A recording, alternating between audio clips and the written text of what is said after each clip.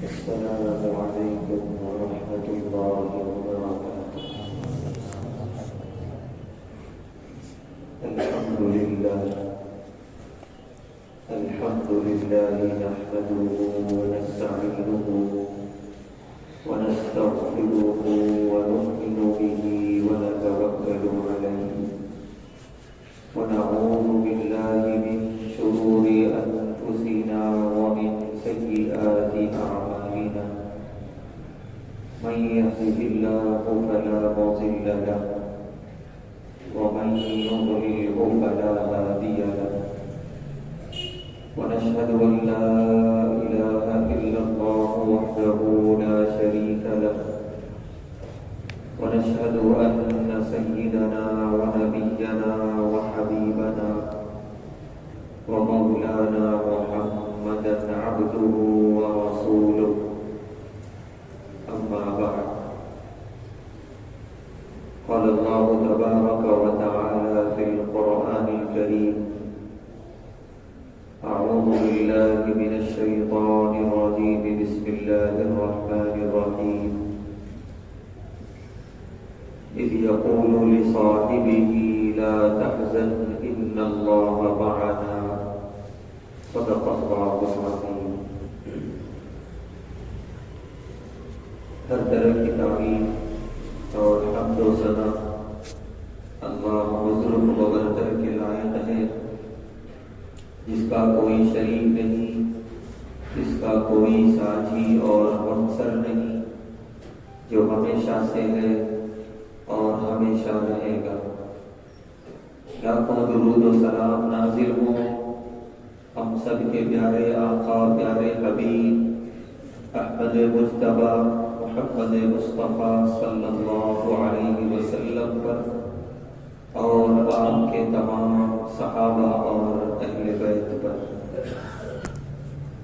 محترم حضرات، اس مہینے کی مناسبت سے گزشتہ جمعہ گفتگو ہوئی خلیفہ اول سیدنا ابو بکر صدیق رضی اللہ تعالی عنہ کی مختصر سیرت پر، اور بالخصوص آپ کی زندگی کا وہ لمحہ جو آپ نے غار سور میں گزارا پیارے نبی صلی اللہ علیہ وسلم کے ساتھ، جس غار میں بطور انعام کے پیارے نبی صلی اللہ علیہ وسلم نے اپنے محبوب کو یہ جملہ ارشاد فرمایا، عنایت فرمایا: لا تحزن ان اللہ معنا۔ اے ابو بکر صدیق رضی اللہ تعالی عنہ، کبھی غم نہ کرنا، بے شک اللہ ہمارے ساتھ ہے۔ یہ ایک نبوی جملہ، یہ ایک معجزاتی جملہ، یہ ایک انقلابی جملہ، جس نے آگے کی زندگی میں بہت کچھ بتایا، بہت کچھ سکھایا، نہ صرف سیدنا ابو بکر صدیق رضی اللہ تعالی عنہ کو بلکہ پوری امت مسلمہ کو۔ اسی جملے نے کیا بڑا فائدہ پہنچایا، فائدے تو بہت پہنچائے اس جملے نے، لیکن ایک بہت بڑا فائدہ جو پورے عالم اسلام کو ہوا، پورے مذہب اسلام کو ہوا، اس پر انشاءاللہ آج ایک مختصر سی گفتگو ہوگی۔ لہذا آج ہم اس جملے کا ایک فائدہ دیکھنے کے لیے تاریخ اسلام کا ورق پلٹیں۔ جب سیدنا ابو بکر صدیق رضی اللہ تعالی عنہ کا دور خلافت تھا، اور وہ بھی آپ کا دور خلافت آخری مراحل میں تھا، یعنی اس کے کچھ دنوں کے بعد آپ کی طبیعت خراب ہوئی، پھر آپ دنیا سے رخصت ہوئے۔ اس موقع پہ سیدنا ابو بکر صدیق رضی اللہ تعالی عنہ نے ایک فیصلہ لیا، دنیا کی بہت بڑی مملکت فارس، جسے آج ہم ایران کہتے ہیں، اب تو وہ محدود ہے ملک تک، مملکت فارس آدھی دنیا پر مشتمل تھی، باقی آدھی دنیا مملکت روم اس پر حکمرانی کر رہی تھی۔ مملکت فارس سے مقابلہ کرنے کا فیصلہ کر لیا سیدنا ابو بکر صدیق رضی اللہ تعالیٰ، جو کہ بڑا حیران کن تھا، اور وہ اپنے اس فیصلے پر بالکل مصر تھے، اٹل تھے، اور ذمہ داری دی حضرت خالد بن ولید رضی اللہ تعالیٰ کو کہ اپنا مجاہدین کا لشکر لے کے چلیے، مملکت فارس سے ٹکرائیے۔ یہ کوئی معمولی بات نہیں تھی، بہت بڑی بات تھی۔ وہ لشکر، وہ مملکت جو صدیوں سے بالکل منجھی ہوئی ہے جنگ کے میدان میں، اور دنیا کی تمام تر طاقتیں اور قوتیں اس کے سامنے زیر نگی رہتی ہیں، ان سے مقابلہ کرنا، پھر انہی کی سرحد پہ جا کے انہی کی زمین میں داخل ہو کر، اور انہی کے مقابلے میں جب ہم کچھ نہیں ہیں، نہ اتنا صدیوں کا تجربہ ہے، نہ اتنا بڑا لشکر ہے، نہ ویسے ہتھیار ہے، کچھ بھی نہیں، اور اتنا بڑا فیصلہ لے لیا سیدنا ابو بکر صدیق رضی اللہ تعالیٰ عنہ نے، اور باقاعدہ کمانڈ سونپ دی حضرت خالد بن ولید رضی اللہ تعالیٰ عنہ۔ چنانچہ اللہ کا نام لیا، اور اس کے بعد جو سب سے پہلا صوبہ پڑتا تھا عرب سے نکلنے کے بعد مملکت ایران کا، وہ تھا سرزمین عراق۔ سرزمین عراق میں جو پہلا ٹکراؤ ہوا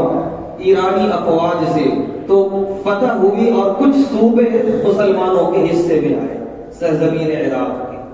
لیکن اس کے بعد کا مرحلہ ابھی تو آغاز تھا، ابھی تو کچھ نہیں، ابھی تو یوں سمجھیے ایک چھوٹا سا ٹکڑا ملا ہے، اور ابھی آدھی دنیا کا مقابلہ باقی ہے۔ اتنے میں ملک شام میں، جہاں حضرت ابو عبیدہ بن جراح رضی اللہ تعالی عنہ ایک لشکر لے کر عیسائیوں کے خلاف برسر پیکار تھے، وہاں ضرورت پڑ گئی حضرت خالد بن ولید رضی اللہ تعالی عنہ کی۔ سیدنا ابو بکر صدیق رضی اللہ تعالی عنہ کے حکم پر حضرت خالد بن ولید رضی اللہ تعالی عنہ عراق کی مہم کو چھوڑ کر ملک شام کی طرف روانہ ہو گئے۔ اب یہ لشکر اور یکا اور تنہا رہ گیا، اور اس کے جو عارضی طور پہ سپہ سالار مقرر کیے گئے حضرت مثنی رضی اللہ تعالی عنہ۔ چنانچہ حضرت مثنی رضی اللہ تعالی عنہ فرماتے ہیں کہ میں بہت ہی تدبیر کے ساتھ اور بڑے منظم انداز میں جب میں ایک قدم آگے بڑھایا اپنے افواج کو لے کر، اور ایک پل تھا، پل کو پار کر کے اس پار مملکت ایران کی افواج سے مقابلہ کرنا تھا، لیکن اس شدید سے حملہ کیا ان لوگوں نے کہ ہمیں پل سے واپس آ جانا پڑا۔ حضرت مثنی رضی اللہ تعالیٰ عنہ فرماتے ہیں کہ حالانکہ یہ چھوٹی سی ٹکڑی تھی ابھی مملکت ایران کی، کہ جن کی وجہ سے ہم پیچھے آ گئے، آگے نہیں بڑھ پائے، اور ابھی پوری طاقت ان کی ابھی محفوظ تھی۔ حضرت مثنی رضی اللہ تعالیٰ عنہ فرماتے ہیں میں نے لشکر سے کہا کہ تم یہیں رہو، میں خلیفہ سے مل کے آتا ہوں۔ انہوں نے سفر کیا مدینہ المنورہ۔ سیدنا ابو بکر صدیق رضی اللہ تعالیٰ عنہ کی طبیعت علیل ہو چکی تھی، جس بیماری سے پھر وہ صحت یاب نہیں ہوئی، وہ آرام فرما تھے، لیٹے ہوئے تھے۔ سیدنا عمر بن خطاب رضی اللہ تعالیٰ عنہ بیٹھے ہیں اور کچھ صحابہ بیٹھے ہیں۔ حضرت مثنی رضی اللہ تعالیٰ عنہ کی ایک دم حاضری ہوئی، اور آ کر انہوں نے پورا واقعہ بیان کیا اور کہا کہ بہت بڑا یہ معرکہ ہے، اور یہ بہت کوئی معمولی معرکہ نہیں ہے، اس کے لیے بہت کچھ ہمیں کرنا پڑے گا۔ ہم نے جو ایک دم اپنے لشکر کو اتنی بڑی مملکت کے خلاف لگا دیا، یہ کہیں ایسا تو نہیں کہ ہم نے اپنے آپ کو ہلاکت کے حوالے کر دیا،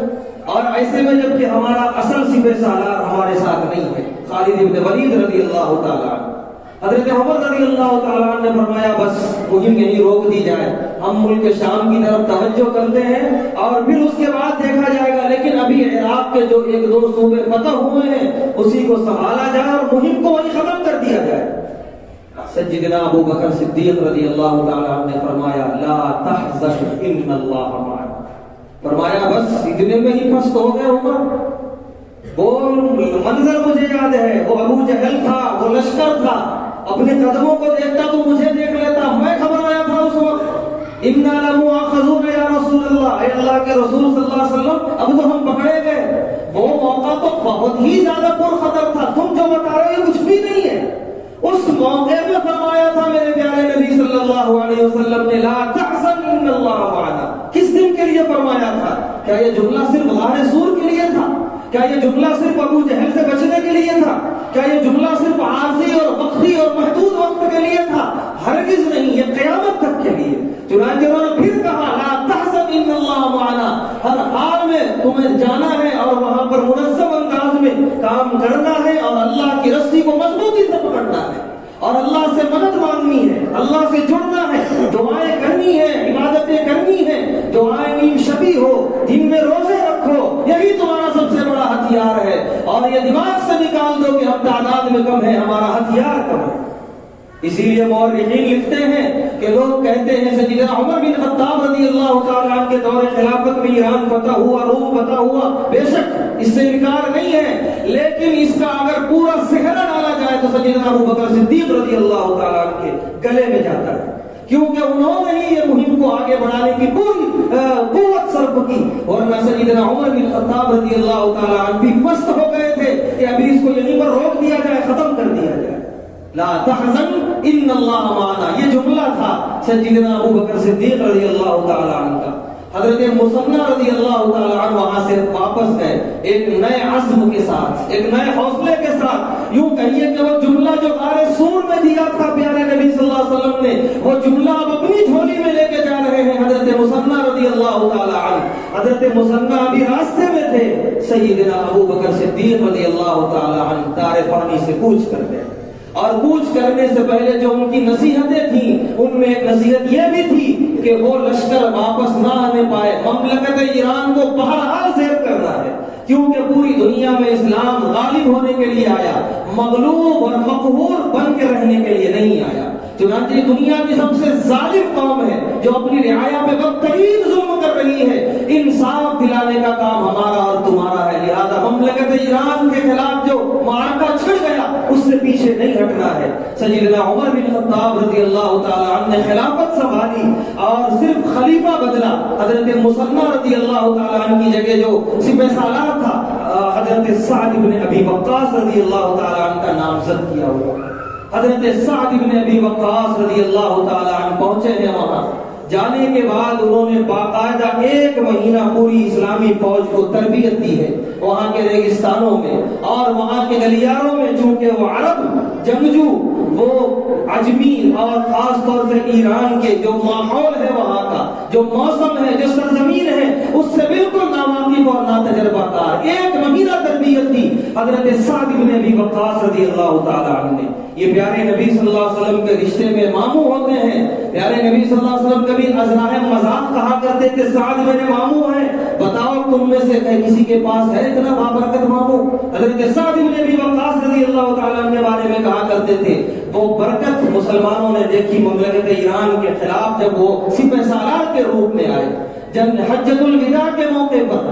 عرفات کے میدان میں سخت بیمار تھے سعد بن ابی وقاص رضی اللہ تعالیٰ عنہ، پیارے نبی صلی اللہ علیہ وسلم عیادت کے لیے تشریف لائے تو حضرت سعد بن ابی وقاص رضی اللہ تعالیٰ نے کچھ سوال کیا وصیت کے بارے میں، اپنے بیٹوں کو میں کیا دوں اور اپنی صاحبزادیوں کو میں کیا دوں؟ پیارے نبی صلی اللہ علیہ وسلم نے فرمایا ابھی وصیت کے بارے میں مت سوچو، اللہ تم سے ایک ایسا کام لینے والا ہے جس سے بہت نفع ہوگا اسلام اور مسلمانوں کا، وہ کام ہوئے بغیر تمہاری موت آنے والی نہیں ہے، یہ پیشین گوئی ہے موجود پیارے نبی صلی اللہ علیہ وسلم کی۔ چنانچہ صحابہ منتظر تھے وہ کون سا کام ان کے ہاتھوں پہ رونما ہوگا، وہ کام یہی تھا کہ مملکت ایران یعنی آدھی دنیا فتح کر کے مسلمانوں کی جھولی میں ڈال دی حضرت سعد بن ابی وقاص رضی اللہ تعالی عنہ نے۔ بے شک اس مہم کا آغاز کیا خالد بن ولید رضی اللہ تعالی عنہ نے، لیکن اس کو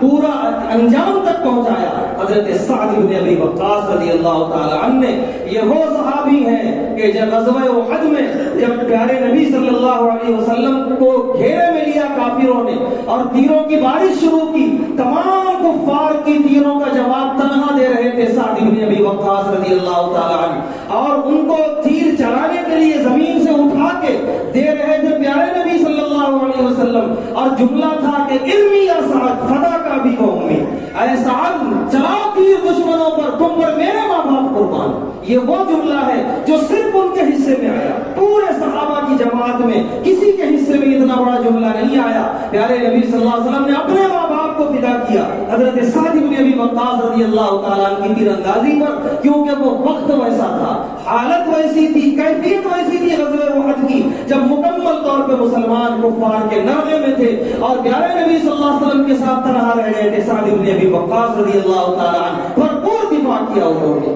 وہ سعد بن ابی وقاص رضی اللہ تعالیٰ عنہ جب بنے ہیں سپہ سالار، اور اس کے بعد جب انہوں نے باقاعدہ جنگ کا آغاز کیا، بلکہ جنگ کے آغاز سے پہلے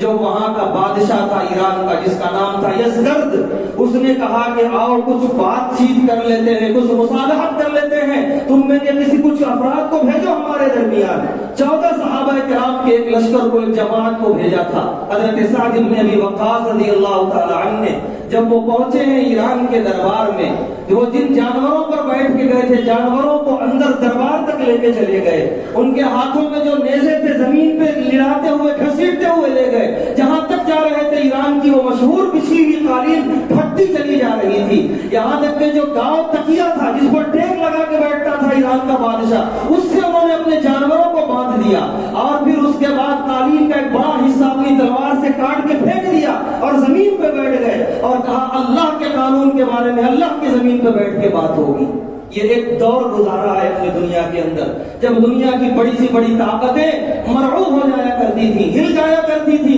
کیوں؟ ان کی جھولیوں میں یہ جملے تھے لا تحزن ان اللہ معنا، وہ جڑے ہوئے تھے اللہ سے، ان کا ربط تھا اللہ تبارک و تعالیٰ سے ویسا مضبوط۔ لیکن ایک دور آج ہم گزار رہے ہیں، ایسی مرعوبیت، ایسے سمجھوتے والی زندگی، ایسی حکمتوں والی زندگی کہ وہ فلاں آقا ناراض نہ ہو جائے، وہ فلاں آقا ناراض نہ ہو جائے، سارے آقاؤں کو خوش کرنے میں لگے ہیں ایک آقا کو چھوڑ کے۔ وہ کہتے تھے ایک آقا ہم سے راضی، باقی یہ آقائیں سب دو کوڑی کے ہیں، ان سے ہمیں کوئی لینا دینا نہیں۔ چنانچہ انہوں نے دو ٹوک انداز میں بیٹھ کے گفتگو کی۔ یزگرد نے دیکھا کہ یہ لوگ وہ نہیں ہے جو ہم سمجھ رہے تھے، وہ کوئی اور عرب تھے جو اس سے پہلے تھے، یہ عرب کوئی اور ہے کیونکہ ان کے پاس ایمان کی دولت ہے۔ وہ خاموش ہو گیا۔ وہ 14 کے 14 صحابہ وہاں سے واپس آئے۔ پھر بعد میں ایران کا جو وزیر دفاع تھا رستم، اس نے پھر بلایا مصالحت کے لیے۔ وہ دیکھ رہا تھا کہ عجیب حوصلے ہیں ان کے پاس، ہتھیار نظر نہیں آتے، حوصلے ہیں، ایک مضبوطی ہے، ایک ایمان ہے ان کے اندر، نہ جانے کیا کر دکھائیں گے میدان میں اترنے کے بعد۔ لہٰذا اس نے پھر ایک مرتبہ بلایا، پھر 3 صحابہ کو بھیجا تھا حضرت سعد بن ابی وقاص رضی اللہ تعالیٰ عنہ نے کہ جاؤ جا کر دیکھو کیا مصالحت، کیا بات کرنا چاہ رہے ہیں، بات کرو۔ چنانچہ وہ 3 آئے تھے۔ جب انہی صحابہ 3 صحابہ میں سے ایک صحابی کچھ کھا رہے تھے اور لقمہ ان کے ہاتھ سے نیچے گرا دسترخوان پہ، وہ اٹھا کے کھانے لگے۔ جو سنت ہے پیارے نبی صلی اللہ علیہ وسلم کی کہ دستر اگر صاف ہے، لقمہ گر جائے تو اٹھا کے کھا لو، تو ایک نے انہی میں سے کہا کہ یہ رستم کا دسترخوان ہے، یہاں گرا ہوا لقمہ اٹھایا نہیں جاتا۔ انہوں نے بے پرواہ میں یہ جملہ کہا اترک سنت حبیبنا لہؤلاء الحمقاء، میں اپنے محبوب کی سنت چھوڑ دوں ان احمقوں کی وجہ سے، ان بے وقوفوں کی رعایت میں، انہی کی زمین پہ بیٹھ کر، انہی کے دسترخوان پہ بیٹھ کر، انہی کے دربار میں، اور انہی کو بے وقوف کہہ رہے تھے، انہی کو احمق کہہ رہے تھے، اور زبان کے تہلوں کہہ رہے تھے ہم اپنے محبوب کے دیوانے، ہم اپنے محبوب کی سنتوں کے دیوانے۔ ایک وقت گزارا ہے ہم نے، وہ ہم ہی میں سے تھے، وہ آسمان سے نہیں اترے تھے، وہ اسی سرزمین پہ پیدا ہوئے، وہ بھی ماں باپ کی اولاد تھے، وہ بھی کھانے پینے والے انسان تھے، لیکن بس یہ تھا کہ ان کے دل میں ایمان اور ایمان تھا، تقویٰ اور تقویٰ تھا، اللہ کا ڈر اور ڈر تھا، جس کا نتیجہ یہ تھا کہ وہ دنیا کی بڑی سے بڑی طاقتور لوگوں کے بادشاہوں کے سامنے بیٹھ کر دو ٹوک انداز میں گفتگو کیا کرتے تھے۔ چنانچہ ان لوگوں نے بھی جو اپنی شرطیں رکھی، ان 3 صحابہ کرام نے، رستم کو سمجھ میں نہیں آئی اور اس نے کہا ٹھیک ہے، اب ہمارا اور تمہارا جو فیصلہ ہوگا وہ میدان میں ہوگا۔ چنانچہ میدان جو قرار پایا وہ قادسیہ ایک میدان ہے، جنگ قادسیہ کی وجہ سے وہ نام، اس جو میدان کی وجہ سے وہ جنگ مشہور ہوئی، جنگ قادسیہ۔ چنانچہ ایرانی اس جنگ کے اندر بڑے پیمانے پہ بڑی بڑی ہاتھیوں کو لے کر آئے تھے، اور ہاتھیوں کا تجربہ عرب کو نہیں تھا، کیونکہ عرب میں ہاتھی نہیں ہوتے اور آج بھی نہیں ہے عرب کے اندر ہاتھی۔ چنانچہ وہ لوگ بہت تیز انداز میں آئے، اور ایران میں سے ایک شخص جو اسی وقت اسلام قبول کیا تھا اور اس کو ابھی جنگ میں شریک ہونے کا موقع نہیں دیا گیا تھا، کیونکہ ابھی وہ نو مسلم ہے، ہو سکتا ہے کہ وہ پلٹ جائے، وہ ایران کی طرف چلا جائے ان فوجیوں کی طرف۔ چنانچہ وہ ایک طرف اسے قید کر کے رکھا گیا تھا، بند کر کے، لگے اور وہ دیکھ رہا تھا کہ یہ ایران کے ہاتھی بہت تباہی مچا رہے ہیں، عرب ان سے بہت ڈرے جا رہے ہیں، پیچھے ہٹنے کا ڈر اور خوف ہے، عرب کے گھوڑے بھی ان سے جو چمک رہے ہیں۔ چنانچہ اس نے اشعار پڑھنے شروع کیے کچھ، جس کا مفہوم یہ تھا کہ میرے اوپر بھروسہ کرو اے مسلمانوں، میں بھی تم میں سے ہوں ایمان والا، اور مجھے صرف سورج غروب ہونے تک کا موقع دو، مجھے یہاں سے نکالو، میدان میں آنے دو، اس کے بعد سورج غروب ہوتے ہی میں پھر آ کے اسی جگہ پہ بیٹھ جاؤں گا جہاں تم لوگوں نے مجھے بٹھایا۔ اس کے یہ اشعار کچھ مسلمانوں نے سنے، حضرت سعد بن ابی وقاص رضی اللہ تعالیٰ عنہ کو جا کر بتایا، انہوں نے کہا فوراً اسے آزاد کر دیا جائے، چنانچہ وہ آزاد کیا گیا۔ حضرت سعد بن ابی وقاص رضی اللہ تعالیٰ عنہ جو کہ طبیعت ان کی بہت خراب تھی، وبا پھیلی ہوئی تھی طاعون کی، وہاں اس وقت اس وبا کا شکار ہو گئے تھے، وہ میدان میں نہیں تھے، ان کے گھوڑے پہ بٹھایا گیا اس نوجوان کو۔ وہ نوجوان آگے بڑھا اور دیگر سپاہیوں سے کہا کہ جتنا جلد ہو سکے گرم تیل کا انتظام کرو، ان ہاتھیوں کے سروں کے اوپر چھڑکو، پھر یہ جب پیچھے پلٹ کے بھاگیں گے اپنے ہی سپاہیوں کو روکتے ہوئے بھاگیں گے۔ چنانچہ آنن فارن جنگ کے دوران یہ کام کیا گیا۔ مسلمان جو اونٹ ضبط کرتے تھے ان کی جو چربیاں تھیں ان کو فوراً پگھلایا گیا، اس کو تیل کی شکل میں بدلا گیا، اور جیسا وہ نوجوان کہہ رہا تھا اسی طریقے سے وہ کام کیا گیا۔ دیکھتے ہی دیکھتے جنگ کا پاسا پلٹا، وہ ہاتھی پیچھے کی طرف بھاگے اور اپنے ہی سپاہیوں کو روکتے ہوئے بھاگنے لگے، ایک افراتفری کا عالم ہوا۔ اس کے بعد اس موقع کا بھرپور فائدہ اٹھایا مسلمانوں نے، اور خوب جم کر جو ہے ان کا پیچھا کیا، تعاقب کیا دشمنوں کا، یہاں تک کہ دیکھا کچھ مسلمانوں نے کہ ان کا سپہ سالار قادسیہ میدان کے پیچھے ایک سمندر ہے، ادھر بھاگ رہا ہے خودکشی کرنے کے لیے، سمندر میں چھلانگ لگا کر اسے سمندر میں چھلانگ لگانے سے پہلے پکڑا اور پکڑ کر اس کا سر جدا کیا اس کے جسم سے، اور تلوار اور نیزے پہ اس کا سر اٹھا کے کہا کہ یہ رہا رستم کا سر، اور آج ایران کا سپہ سالار ختم ہو گیا، جہنم رسید ہو گیا۔ وہ لہراتا ہوا سر جب دیکھا ہے ان کے سپاہیوں نے، وہ بھاگے ہیں چھوڑ کر میدان، جس کو جدھر جگہ ملی ادھر انہوں نے راہ فرار اختیار کیا، اور جنگ قادسیہ میں ایک بہت ہی نفع بخش فتح نصیب ہوئی مسلمانوں کو مملکت ایران کے خلاف۔ اس پوری جنگ کے اندر بہت سارے واقعات پیش آئے۔ ایک واقعہ وہ بھی تھا کہ جب مسلمانوں نے اپنے گھوڑوں کو دریا کے اوپر سے دوڑا دیا اور گھوڑوں کے پیروں میں پانی کا قطرہ تک نہیں لگا، جس کو علامہ اقبال نے کہا کہ دشت تو دشت ہے، دریا بھی نہ چھوڑے ہم نے، بحر ظلمات میں دوڑا دیے گھوڑے ہم نے۔ یہ اسی جنگ میں یہ واقعہ پیش آیا تھا۔ تو یہ سارے واقعات محیر العقول اس وقت پیش آئے جو آج اگر سندوں کے ساتھ موجود نہ ہو کتابوں میں تو آج کا انسان انکار کرتے، کیا ایسا بھی ہو سکتا ہے؟ یقیناً ہوا ہے، اور یہ دشمنوں نے اپنی آنکھوں سے دیکھا ہے اور سندوں کے ساتھ کتاب میں موجود ہے۔ وجہ یہ تھی کہ ان کی جھولیوں میں یہ تھا لا تحزن ان اللہ معنا، یہ جملہ دے کر رخصت ہو گئے تھے جتنا ابو بکر صدیق رضی اللہ تعالی عنہ، اور اسی جملے نے اتنی بڑی مملکت مسلمانوں کے جھولی میں دے دی۔ مملکت ایران پورا کا پورا مسلمانوں کے ہاتھ میں آیا۔ پھر اس کے بعد ایک نئے حوصلے اور نئے عزم کے ساتھ مملکت روم کے خلاف صف آرا ہوئے، اور پھر اللہ کے فضل و کرم سے مملکت روم بھی ساقط ہوا اور مسلمانوں کی جھولی میں آیا۔ ان سب کے پیچھے جو چیز تھی وہ صحابہ کرام کا ایمان، اور ان کے بعد جو تابعین تھے ان کا ایمان اور تقوی، اور پیارے نبی صلی اللہ علیہ وسلم سے حاصل کی ہوئی وہ تربیت۔ آج بھی یہ جملہ خاص طور سے اس مہینے میں، جس مہینے میں وفات ہے سیدنا ابو بکر صدیق رضی اللہ تعالی عنہ کی، اس مہینے میں یہ جملہ آج بھی ہم کو متوجہ کرتا ہے، بار بار متوجہ کرتا ہے کہ اللہ کا وعدہ کسی اور قوم کے ساتھ نہیں ہے۔ کسی قوم کے بارے میں اللہ نے نہیں کہا میں تمہارے ساتھ ہوں، صرف ہمارے اور آپ کے بارے میں کہا کہ تم غم نہ کرو، تم ڈر اور خوف میں مبتلا مت ہو جاؤ، تم یہ جو دنیا کی محبت دل میں بسا کے جو ایک کمزور ایمان کو لے کے جی رہے ہو اس کو ختم کرو، ایمان کی مضبوطی لاؤ، وہ حرارت لاؤ، اور اللہ سے جڑو، اللہ سے جڑو، اللہ سے جڑو، نمازیں، دعائیں، اذکار، اور پھر جو ہے سو جتنا ہو سکے قربانیاں۔ پھر اس کے بعد دیکھیے اللہ کی مدد کیوں کر نہیں آئے گی، مسلمان کیوں کر غالب نہیں ہوں گے۔ اس وقت ہماری حالت ایک ایسی ہے کہ بس استعمال کے طور پہ استعمال کر لیا جاتا ہے مسلم قوم کو، پھر یہ جتنے قائدین ہیں یہ خاص طور سے غیر مسلم، یہ سب ہمیں بھول جاتے ہیں ہمیشہ کے لیے۔ صرف 5 سال میں ایک مرتبہ ہماری یاد آتی ہے انہیں، ہم اپنے آپ کو ایسا بنائیں کہ ہمارے بغیر ان کی صبح نہ ہو،